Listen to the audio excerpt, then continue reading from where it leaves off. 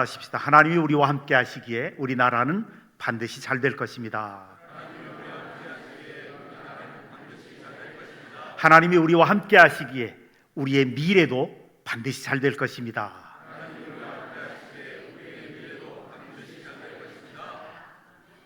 근데 정말 그렇게 믿으십니까?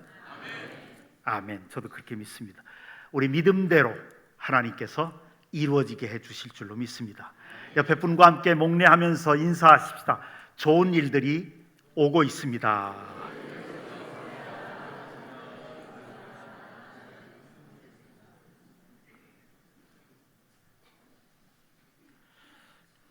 우리 매주 주일날 아침마다 베드로전서를 강해하고 있는데 오늘은 특별히 우리 교회의 11조 주일입니다.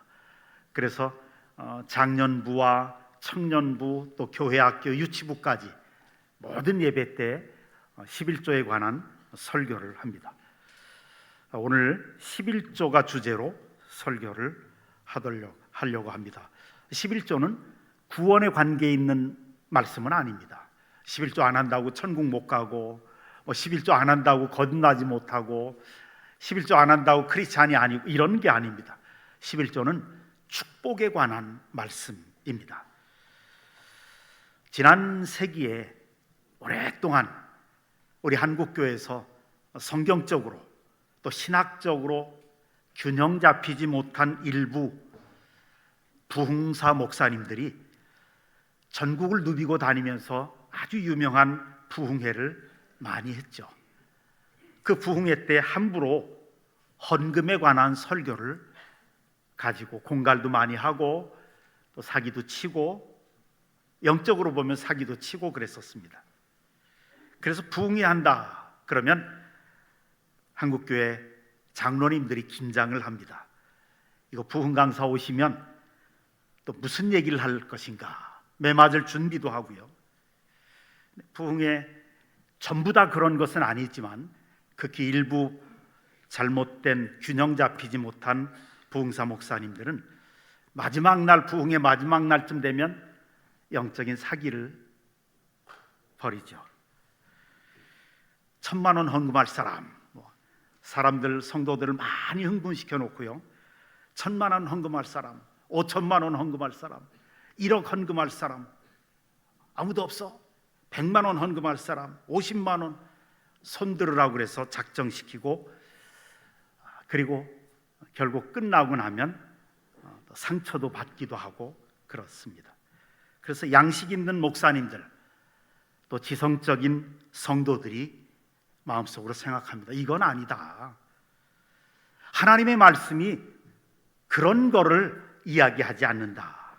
이것은 잘못된 균형 잃은 시각으로 강단을 오염시키는 일이다. 그래서 양식 있는 목사님들과 크리스찬들이 그렇게 생각했습니다. 대부분의 목사님들이 그래서 11조 설교를 헌금 설교를 하지 않았습니다. 그러기를 30년, 40년이 흘렀습니다. 그러다 보니까 한국교회 그리스도인들의 마음속에 돈에 대한 설교를 하지 않는 것이 올바른 교회처럼 생각되었고요. 돈에 관한 헌금에 관한 설교를 하지 않는 목사님이 진정한 목사님이고 신령한 목사님이다 라고 착각하게 만들었습니다. 목사님들은 스스로 나는 헌금에 관한 설교를 참 잘 못해 라고 말하면서 그것이 마치 영적인 목회자의 표징인 것처럼 그렇게 이야기하는 경우들도 종종 있었습니다. 11조 설교하려면 오늘 처음 나오신 분들한테 상처되면 어떡할까 걱정도 하게 되고 그러다가 어느 날 제가 몇 년 전에 시카고의 휴가 기간 동안에 시카고의 윌로우 크릭 교회를 방문했습니다. 윌로우 크릭 교회 거의 대부분의 성도들이 백인들인데 상당히 큰 교회예요. 아주 세계적으로 유명한 교회인데 근데 그 교회의 세례받는 조건을 보고 깜짝 놀랐어요. 11조 하지 않으면 세례를 못 받게 돼 있더라고요. 그래서 거기 있는 목사님과 이제 대담을 하면서 이야기를 나눴습니다.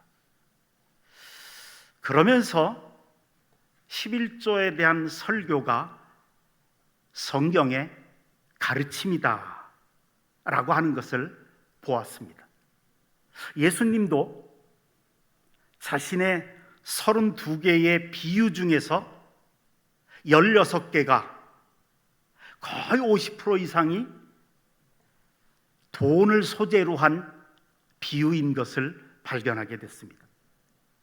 성경의 전체를 볼 때 믿음에 관한 성경 구절이 500구절 조금 넘습니다.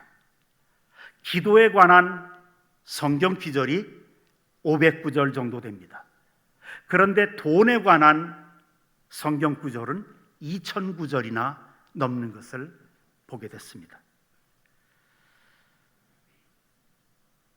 우리 한국교회의 잘못된 과거를 인해서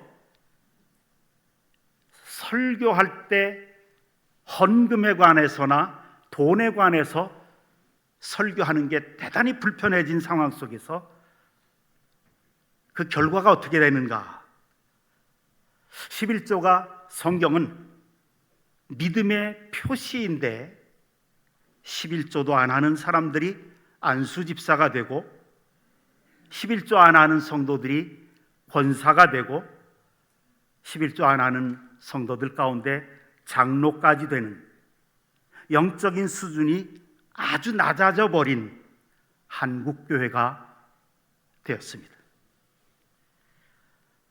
오늘 우리가 읽은 말라기서는 그 상황이 오늘 우리 한국교회의 영적인 상황에 그대로 펼쳐지고 있는 내용 그대로입니다. 말라기서는 말라기라고 하는 선지자가 영적인 침체에 빠져 있는 이스라엘 백성들을 향해서 영적인 지도력을 상실한 이스라엘의 제사장들, 선지자들을 향해서 그리고 그들의 잘못된 가르침으로 인해서 경제적인 파탄에 빠져 있는 하나님의 자녀들을 향해서 외치는 겁니다. 돌아오라, 회개하라 라고 하는 메시지였습니다. 회개하라 라는 것은 하나님을 떠났던 사람들이 하나님께로 다시 돌아오는 것을 말합니다. 하나님의 말씀에 계속해서 불순종하던 사람들이 다시 말씀 앞에 서서 말씀을 순종해 나가는 것을 말합니다. 나에게 돌아오라, 회개하라, 그리하면 나도 너희에게로 돌아가리라. 7절에 말씀하시죠. 너희가 나의 규례를 떠나 지키지 아니하였도다. 그런즉 내게로 돌아오라, 그리하면 나도 너희에게로 가겠다. 그랬더니 이스라엘 백성들이, 하나님의 자녀들이 이렇게 다시 묻습니다. 하나님, 우리가 어떻게 돌아갑니까? 어떻게 회개해야 됩니까? 라고 되묻습니다. 8절에 보시면 주님이 단도직입적으로 말씀하십니다. 사람이 어찌 하나님의 것을 도둑질하겠느냐? 그러나 너희는 나의 것을 도둑질하고도 말하기를 우리가 어떻게 주의 것을 도둑질하였나이까 하는도다. 11조와 봉헌물이다. 그래요. 뭔가 문맥의 흐름이 우리가 생각하는 것만큼 고상하지 못하게 보입니다. 거슬리는 표현도 있죠. 왜 도둑질하느냐? 읽으면 기분이 별로 안 좋습니다. 그러나 이 속에 너무도 귀한 하나님의 마음이 담겨 있습니다. 하나님의 소원이 담겨 있어요. 하나님의 뜻이, 하나님의 성도들을 향한, 하나님의 자녀들을 향한 하나님의 뜻이 담겨 있더라고요. 그게 10절의 말씀입니다. 만군의 여호와가 이르노라, 너희의 온전한 11조를 창고에 들여 나의 집에 양식이 있게 하고 그것으로 나를 시험하여 내가 하늘 문을 열고 너희에게 복을 쌓을 곳이 없도록 붙지 아니하나 보라. 11조는 하나님의 마음이 담겨 있어요. 그 하나님의 마음이 뭐냐? 하나님의 자녀들을 향해서 물질적으로 축복하시고자 하시는 하나님의 마음입니다. 이 지상에 사는 하나님의 백성들이 가난에 찌들리거나 물질이 부족해서 전전긍긍하거나 그런 삶을 살기를 원치 않는다는 거예요. 이건 구원에 관계되는 말씀은 아닙니다. 적어도 구원받은 하나님의 백성들은 이 땅에 살면서 물질에 있어서 여유 있고 풍성한 삶을 살기를 원하신다는 하나님의 말씀, 마음이 여기에 포함된 거예요. 그래서 11조 제도를 만드신 겁니다. 내가 너희를 물질적으로 축복하고 싶다. 그러니 11조를 바쳐라 그런 거예요. 제가 우리 아이들이 어렸을 때 아프리카에서 그 아이들을 교육하면서 11조 교육을 하기 위해서 아이들에게 날마다 영어 성경 구절 한 구절씩 외우면 1불씩을 주었습니다. 1불씩을 주고 10구절 외우면 그들이 10불을 받았죠. 10불을 받으면 하나님 앞에 10분의 1을 드려야 된다. 그것을 훈련시켰습니다. 그러던 어느 날 1불을 주면서 이제 또 10불이 돼서 1불을 하나님 앞에 11조를 바치게 하면서 제가 그랬습니다. 아빠가 지금 돈이 좀 있었으면 좋겠는데 아빠한테 1불만 줄래? 네 돈 1불만 줄래? 그랬더니 얘가 갸우뚱거리면서 갈등을 하는 것 같아요. 아빠가 달라니까 안 드릴 수는 없고 드리자니 조금 아깝고 자기가 이걸 모아가지고 뭘 하려고 계획 세우는데 너무 아까운 거예요. 그러니까 이 아이가 안 돼요, 내 거예요. 그걸 딱 거절하더라고요. 그때 저는 제 주머니에 100불짜리 하나를 만지작거리면서 이 녀석이 1불을 나한테 주면 100불을 주려고 그랬어요. 준비하고 있었어요. 안 돼요, 싫어요 하는 순간에 그냥 손을 빼버렸습니다. 이게 하나님의 마음이에요. 얘한테 적어도 물질에 있어서는 좀 풍족하게 주고 싶어서 많은 것들을 준비한 거예요. 그래서 달라고 그러는 거예요.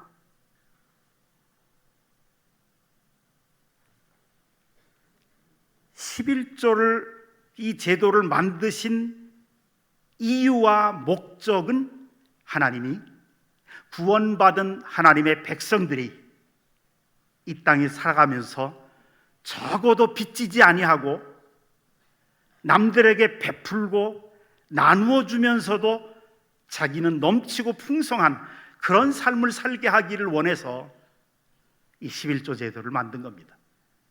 그런데 이것을 가장 방해하는 게 뭐냐? 물질의 복을 받기 위해서 가장 방해하는 게 탐욕이라고요. 오직 돈. 이 세상에서 우리가 직장 다니고 이 세상에서 사업하고 돈 벌고 얼마나 좋은 겁니까? 이 세상 살면서 돈 하다가 교회 와서 하나님 앞에 와서도 돈 하는 게 우리의 모습입니다. 하나님 뭘 주십시오.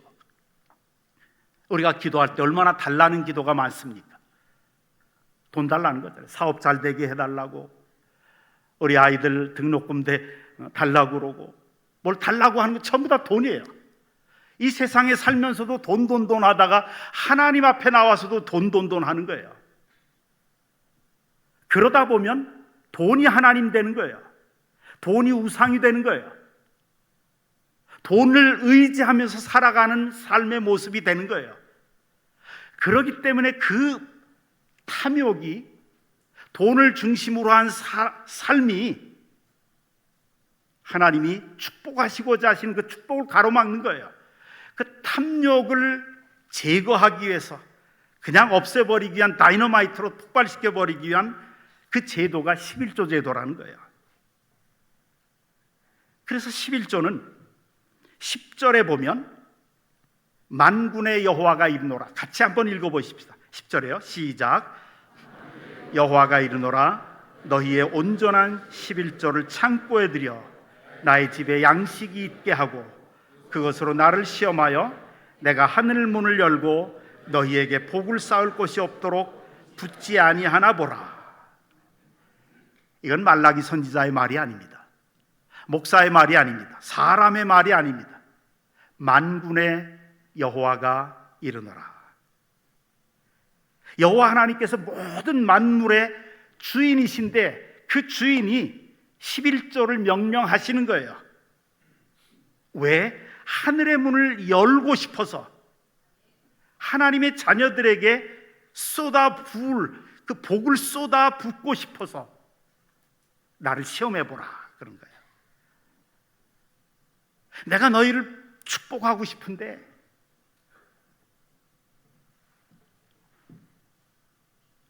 그래서 믿음을 시험해보라, 믿음을 시험하는 거예요. 또 하나님을 향한 사랑의 시험이에요. 11조는 물질에 대한 고백이 아닙니다. 하나님을 사랑하는 시험입니다. 사랑을 확증하는 겁니다. 우리가 주님 제가 믿습니다, 주님 사랑합니다 라고 하는 고백 얼마나 많이 합니까? 그것을 행동으로 보이라는 거예요. 여러분, 사랑하는 사람이 생기면 뭔가를 자꾸 주고 싶죠. 주고 또 줘도 아깝지가 않아요. 우리 사랑하는 자녀들에게 뭐 비싼 스테이크를 사준다거나 먹을 거 많이 사준다거나 뭔가를 자꾸 주고 싶어요. 사랑은 그런 거예요. 자꾸 주고 싶은 거예요. 그걸 너무도 잘 아시는 하나님이, 예수님이 그런 말씀하셨잖아요. 네 보물이 있는 곳에는 내 마음이 있느니라. 내 사랑이 있다. 사랑이 있는 곳에 네 보물, 너의 보물이 돈 아니냐? 돈을 쓰게 되어 있는 거예요. 사랑하는 사람에게 주고 또 줘도 아깝지 않듯이 하나님은 우리로 하여금 우리의 사랑의 마음을 원하시는 겁니다. 너희가 정말 나를 사랑한다고 그러느냐? 그러면 그걸 물질로 한번 표현해 보라. 그러신 거예요. 고린도후서 9장 7절에 보면 그렇게 말씀하시죠. 이건 헌금의 원리인데 각각 그 마음에 정한 대로 할 것이요 인색함으로나 억지로 하지 말지니 하나님은 즐겨내는 자를 사랑하시느니라. 왜 인색해집니까? 옛날에는 사랑하는 사람, 그 사람을 위해서 스테이크도 사주고 뭐 옷도 사주고 아깝지 않았어요. 근데 점점 아까워지면 사랑이 메말라지고 있다는 증거죠. 사랑하는 마음이 없어진다고 하는 증거입니다. 하나님을 사랑합니다. 얼마나 우리가 하나님 사랑한다고 고백합니까? 손을 들고 고백도 하고 열심히 믿습니다라고 고백도 하고, 그것을 나는 돈을 믿고 사는 사람이 아니라 하나님만 믿습니다, 그 믿음을 보여주라는 거예요.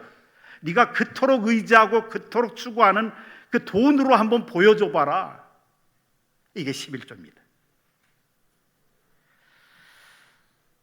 나를 시험하여, 10절을 보면 나를 시험하여 내가 하늘 문을 열고 너희에게 복을 쌓을 곳이 없도록 붙지 아니하나 보라. 축복해 주시는가 안 하는가를 시험해 보라는 거예요. 뿐만 아니라 이 11조 신앙은 나 자신의 개인적인 축복뿐만 아니라 어머니가 11조 생활을 성실하게 하면 그 자녀들이 물질의 복을 받게 되어 있습니다.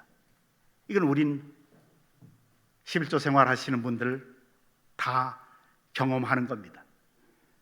그런 의미에서 저는 제 모친의 11조, 정말 11조 생활 열심히 하셨거든요. 성실하게 하셨어요. 11조 생활 하신 어머님 슬하에 6자녀들이 있습니다. 제가 6형제인데 그 어머니의 11조 생활로 인해서 6자녀들이 다 축복을 받는 경험들을 정말 많이 하고 있습니다. 자녀들을 축복하겠다는 거예요. 너의 그 사랑 표현을 통해서, 그 믿음 표현을 통해서 너희 자녀들을 축복하고 싶다는 거예요. 신약 시대에 넘어와서 11조는 율법이 아닙니다. 11조 안 한다고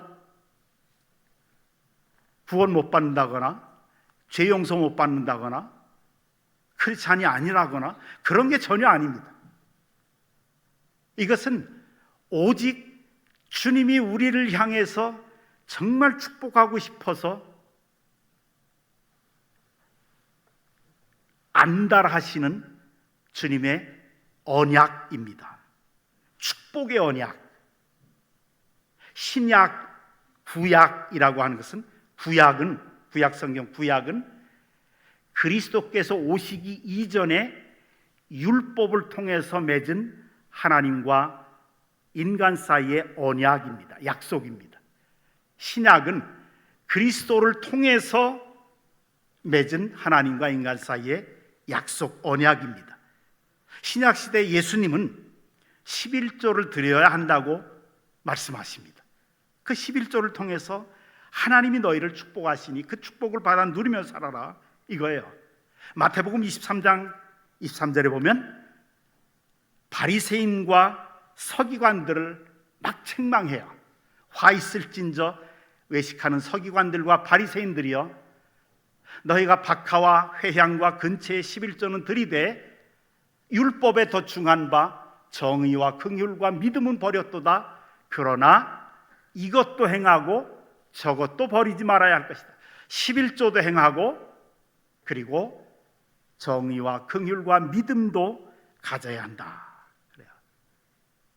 우리 주님이신 예수님이 원하시는 진정한 믿음의 기본이라는 거죠. 예수님의 마음이 그거예요. 저는 선교사 생활을 오래 했기 때문에 우리 자녀들에게 아프리카에 있었지만 한국 전통 문화를 굉장히 강조해서 교육했습니다. 설날이 되면, 구정 설날이 되면 세배를 받았습니다. 그러면서 어떻게 가르쳤냐면 구정이 되면 항상 아버지, 어머니, 어른들에게 세배하면서 어른들에게 세뱃돈을 드리는 거다. 그렇게 거꾸로 가르쳤습니다. 그래서 구정만 되면 아이들이 그 전부터, 한 달 전부터 돈을 모으게 만들었어요. 그래서 아빠, 엄마에게 봉투를 준비하게 해서 그렇게 세뱃돈을 드리도록 했어요. 이 아이들이 이제 대학에 갔습니다. 다니면서 알바해서 모은 돈, 근데 구정 때 왔어요. 그래서 이제 세배를 받으면서 그래, 너희들 하나님이 너희들을 축복하실 거다.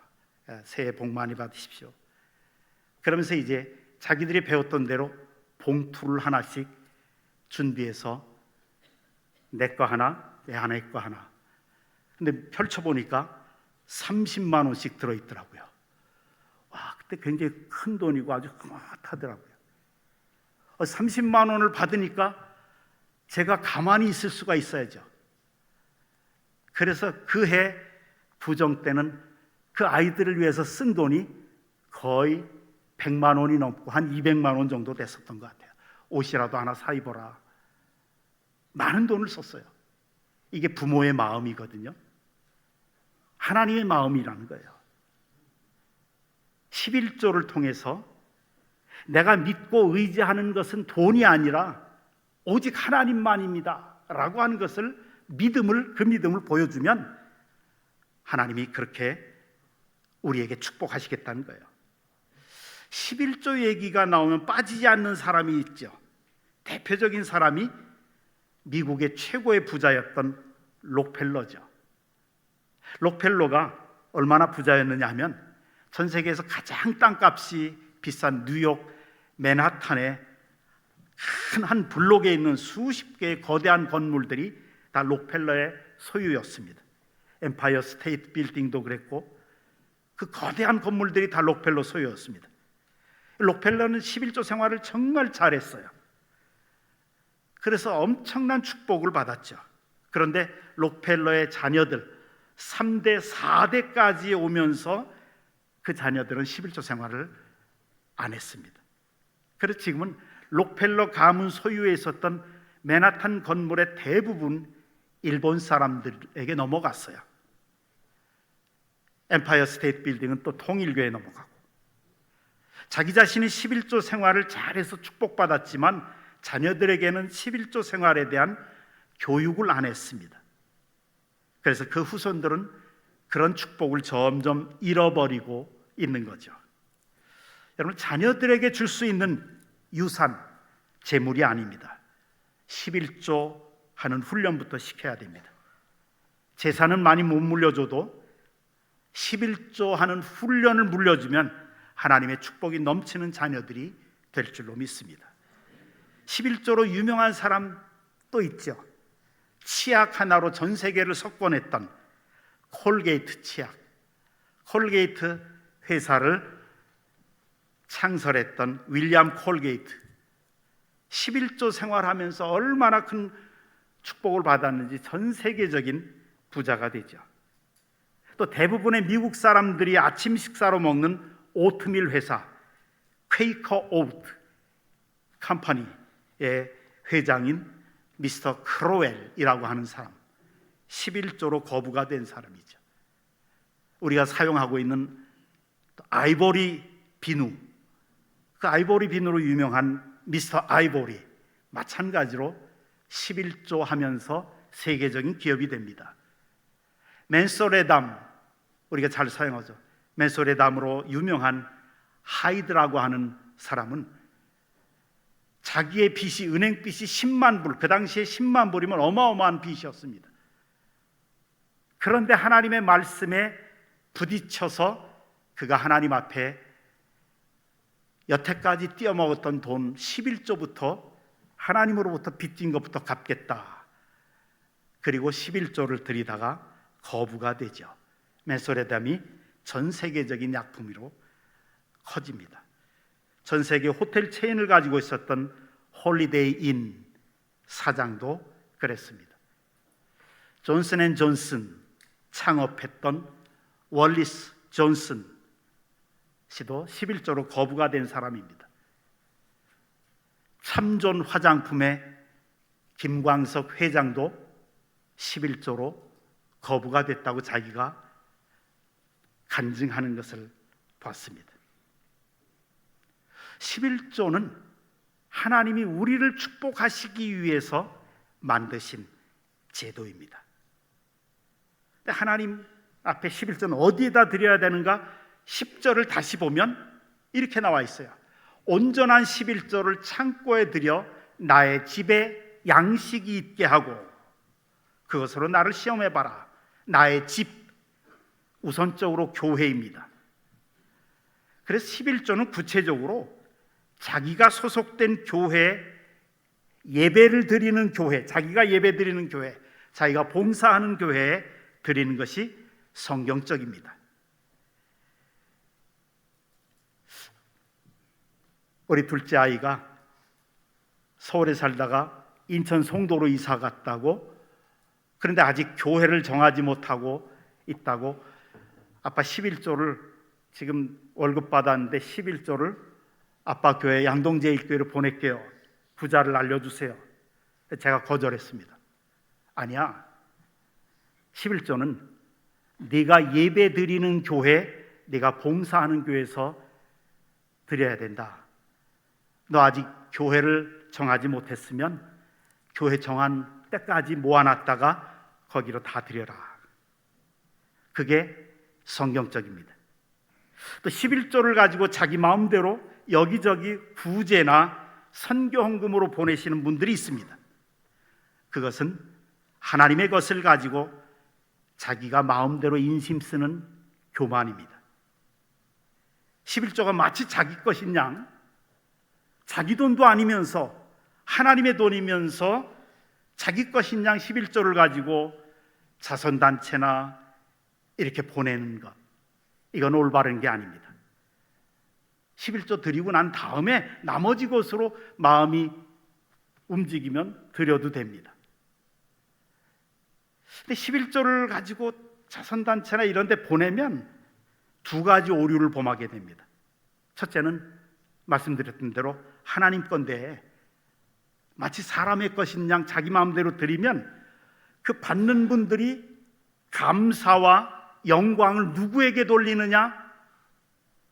보내준 사람에게 돌리거든요. 온전히 하나님만 영광 받으셔야 될 것을, 그 영광을 가로채는 겁니다. 또 하나는 보내는 성도들의 선한 의도와는 정반대의 결과를 초래할 수 있습니다. 엉터리 목회자, 엉터리 가짜 사역자들이 얼마나 많은지 모릅니다. 저는 연말에 정말 많은 전화들을 받습니다. 들어보지도 못한 단체, 구호기관, 장애인협회, 여러 가지 이름으로 많은 도와달라는 전화를 받습니다. 처음에는 뭣도 모르고 교회에서 도와주다가 아니더라고요. 우리 교회에서만 여러분들이 헌금하는 돈 중에 한 달에 1,500만 원 이상의 구제 헌금과 미자립교회 후원과 선교사들 후원으로 나갑니다. 근데 이것은 다 검증된 교회, 검증된 사람들, 검증된 기관들로만 나갑니다. 그래서 교회는 함부로 돕지 않습니다. 교회는 헌금을 사용할 때 아주 신중하게 검증해보는, 그리고 난 다음에 그런 개인이나 단체를 아주 면밀하게 조사해보고 돕습니다. 왜요? 많은 교인들이 하나님 앞에 드리는 헌금이기 때문에 헌금 잘못 사용하면 성도들이 시험에 들거든요. 우리가 하나님 앞에 11조를 드리면 하나님이 풍부하게 부어주시는 은혜가 있습니다. 내가 하늘 문을 열고 너희에게 복을 쌓을 곳이 없도록 붙지 아니하나 보라. 우리 거듭난 그리스도인들에게는 하늘 문을 여는 세 개의 열쇠가 있습니다. 첫째 열쇠, 가장 중요한 것은 예수 그리스도를 믿는 믿음으로 천국의 문이 열려지는 구원의 열쇠가 있죠. 두 번째는 기도로 하늘의 문이 열려져서 성령을 선물로 받고 기도했던 내용들이 응답되는 기도의 문이 열려지는 그 기도의 열쇠가 있습니다. 세 번째는 물질의 축복을 받는 11조의 열쇠입니다. 그 다음에 이제 하나님이 약속하신 11조 하는 성도들에게 약속하신 두 번째 약속, 11절에 있습니다. 11절에 같이 한번 읽어보십시다. 시작. 만군의 여호와가 이르노라. 내가 너희를 위하여 메뚜기를 금하여 너희 토지 소산을 먹어 없애지 못하게 하며 너희 밭의 포도나무 열매가 기한전에 떨어지지 않게 하리니, 기한전에 떨어지지 않게 보호하겠다. 농작물도 보호하지만 우리의 인생도 보호하신다는 얘기예요. 예를 들어보십시다. 이 얘기는 한여름 내내 땀 흘려 일했는데 추수하기 직전에 태풍 한번 불어보세요. 기한전에 다 떨어지죠. 하나님이 인간의 수명이 80년, 90년, 100년이 되는데 기한전에 떨어지지 않게 하겠다고 약속하시는 겁니다. 결혼 생활 시작했는데 결혼 생활이 맞춰질 때까지 기한전에 떨어지지 않게 해주겠다고 약속하시는 겁니다. 임신한 여자가 해산해야 되는데 그 태를 기한전에 떨어지지 않게 하겠다는 약속입니다. 사업을 시작했는데 중도에 기한전에 떨어지지 않게 하겠다는 약속입니다. 그래서 신비한 일들이 11조까지 하는 성도들에게 생깁니다. 남들이 다 닥치는 그런 고통스러운 일들 혼자만 안 당하는 거예요. 남들이 다 죽겠다 망할 때 혼자만 잘 돼요. 그런 사람들 많잖아요. 남들은 다 불황이라고 할 때 그 집만 호황입니다. 하나님이 보호해 주시기 때문에 그렇습니다. 이런 하나님의 보호하심이 있습니다. 기한전에 떨어지지 않게 해주시는 그런 보호. 우리 여러분, 오늘 설교가 여러분들의 마음에 와닿고 11조 하시는 분들도 생길 것입니다. 또 그렇지 않으면 안 해도 됩니다. 여러분들의 구원과는 아무런 관계가 없습니다. 이것 때문에 시험에 들 필요가 없습니다. 그러나 저는 우리 모든 성도들이 물질에 있어서만은 축복받으면서 여유 있고 남들에게 나누어 주고 베풀어 주면서도 가정이 막 물질적으로 풍요로운 삶을 모두 다 사시기를 간절히 바라서 11조 생활을 권면합니다. 감사한 것은 우리 교회 80% 이상이 우리 교회 예산을 11조에서 지탱합니다. 코로나 기간 동안에 성도들의 숫자가 줄었음에도 불구하고 우리 교회 예산이 매년마다 조금씩 늘어나는 이유는 11조 생활하시는 성도들이 많기 때문입니다. 그만큼 우리 교회는 복된 교회입니다. 11조 생활을 하시면서 하나님이 주시는 이 물질의 축복을 마음껏 누리며 살아가시기를 주님의 이름으로 축원합니다. 우리 다 같이 일어나셔서 한번 기도하십시다. 다 같이 일어나셔서 제가 기도하고